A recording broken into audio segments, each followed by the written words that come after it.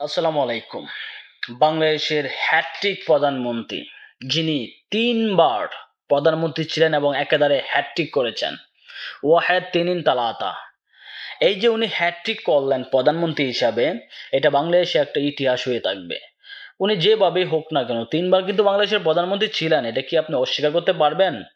এটা ভোটের মাধ্যমে হোক বা বিনা ভোটে হোক বা চুরি করে হোক বা রাতের ভোটে হোক বা দিনের ভোটে হোক, যে কোনোভাবেই হোক না কেন উনি কিন্তু ৩ বার প্রধানমন্ত্রী বাংলাদেশের ছিলেন। ঠিক সেই প্রধানমন্ত্রীকে বাংলাদেশের আন্তর্জাতিক অপরাধ ট্রাইব্যুনাল থেকে ওনাকে ফাঁসি বা হত্যার আদেশ দেওয়া হয়েছে।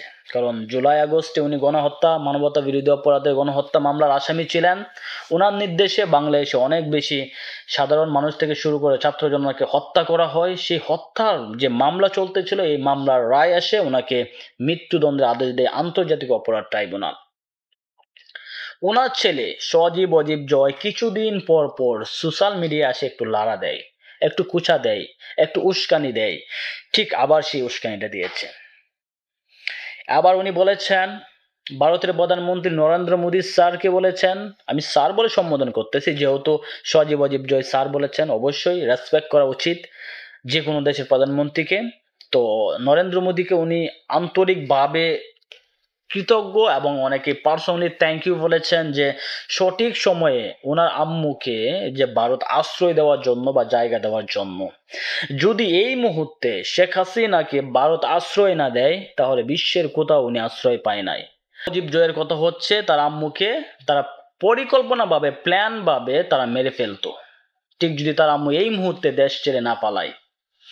এবং নরেন্দ্র মোদীকে বলেছেন যে আপনি আমার আম্মুকে, বাংলাদেশের যে রায় দেওয়া হয়েছে এগুলা ভুয়া, বাংলাদেশের মানুষ কখনো এগুলা অ্যাকসেপ্ট করবে না, বাংলাদেশের মানুষ এই রায়ের বিপক্ষে।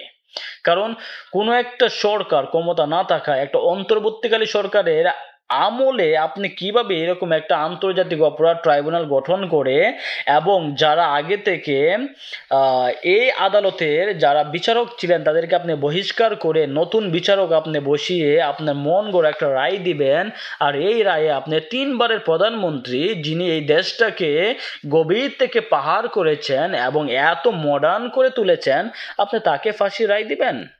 এটা কি কেউ মেনে নেবে? কখনোই মানবে না। এবং সজীব অজীব দয়ে বলেছেন যে আওয়ামী লীগ আবার ফিরে আসবে, আবার ঘুরে দাঁড়াবে, আওয়ামী লীগকে কেউ স্টপ করতে পারবে না।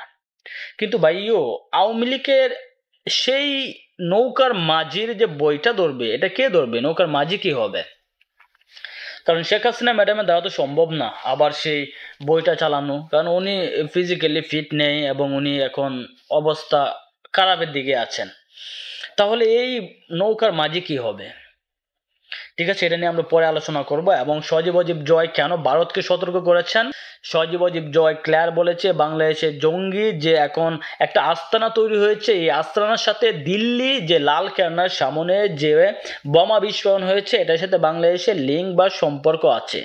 তাই নরেন্দ্র মোদী সরকারকে উনি সতর্ক হতে বলেছেন। এবং বাংলাদেশের যে সংখ্যালঘু লোক আছে তাদেরকে, বাংলাদেশের মানুষ এখন যে পরিমাণ নির্যাতন করতেছে বা যে পরিমাণ তাদেরকে কষ্টতে রাখতেছে, তার আম্মুর আমলে এরকম ছিল না, উনি বলেছেন। এবং যে বর্ডার গার্ডে যে সমস্যা দেখা দিচ্ছে, যে উত্তেজনা, এইগুলা পরিকল্পনাভাবেই করা হচ্ছে বাংলাদেশ থেকে, তার জন্য ভারতকে সজাগ দৃষ্টি রাখার জন্য উনি আহ্বান জানিয়েছেন। আমাদের সজীব অজীব জয়ের কত মায়া, কত মোহাব্বত, কত দরদ ভারতের জন্য। এবং উনি আরো বলেছেন যে পাকিস্তানের সাথে বাংলাদেশের একটা ভালো সম্পর্ক গড়ে উঠেছে এবং পাকিস্তান বাংলাদেশকে অস্ত্র সাপ্লাই দিচ্ছে। এই অস্ত্র দিয়েই ভারতকে আবার আক্রমণ করতে চাইবে বাংলাদেশ। বাংলাদেশের যে চলমান রাজনীতি, এই রাজনীতি হচ্ছে একটা প্রতিশোধমূলক রাজনীতি। শেখ হাসিনার বিরুদ্ধে কিভাবে রুখে দাঁড়ানো যায়, শেখ হাসিনাকে কিভাবে বাংলাদেশের রাজনীতি দেখে এবং শেখ হাসিনার যারা সাপোর্ট করে, যারা শেখ হাসিনা আওয়ামী লীগকে সাপোর্ট করে, তাদেরকে কিভাবে বাংলাদেশ থেকে বিতাড়িত করা যায়, সেই পরিকল্পনা চলছে।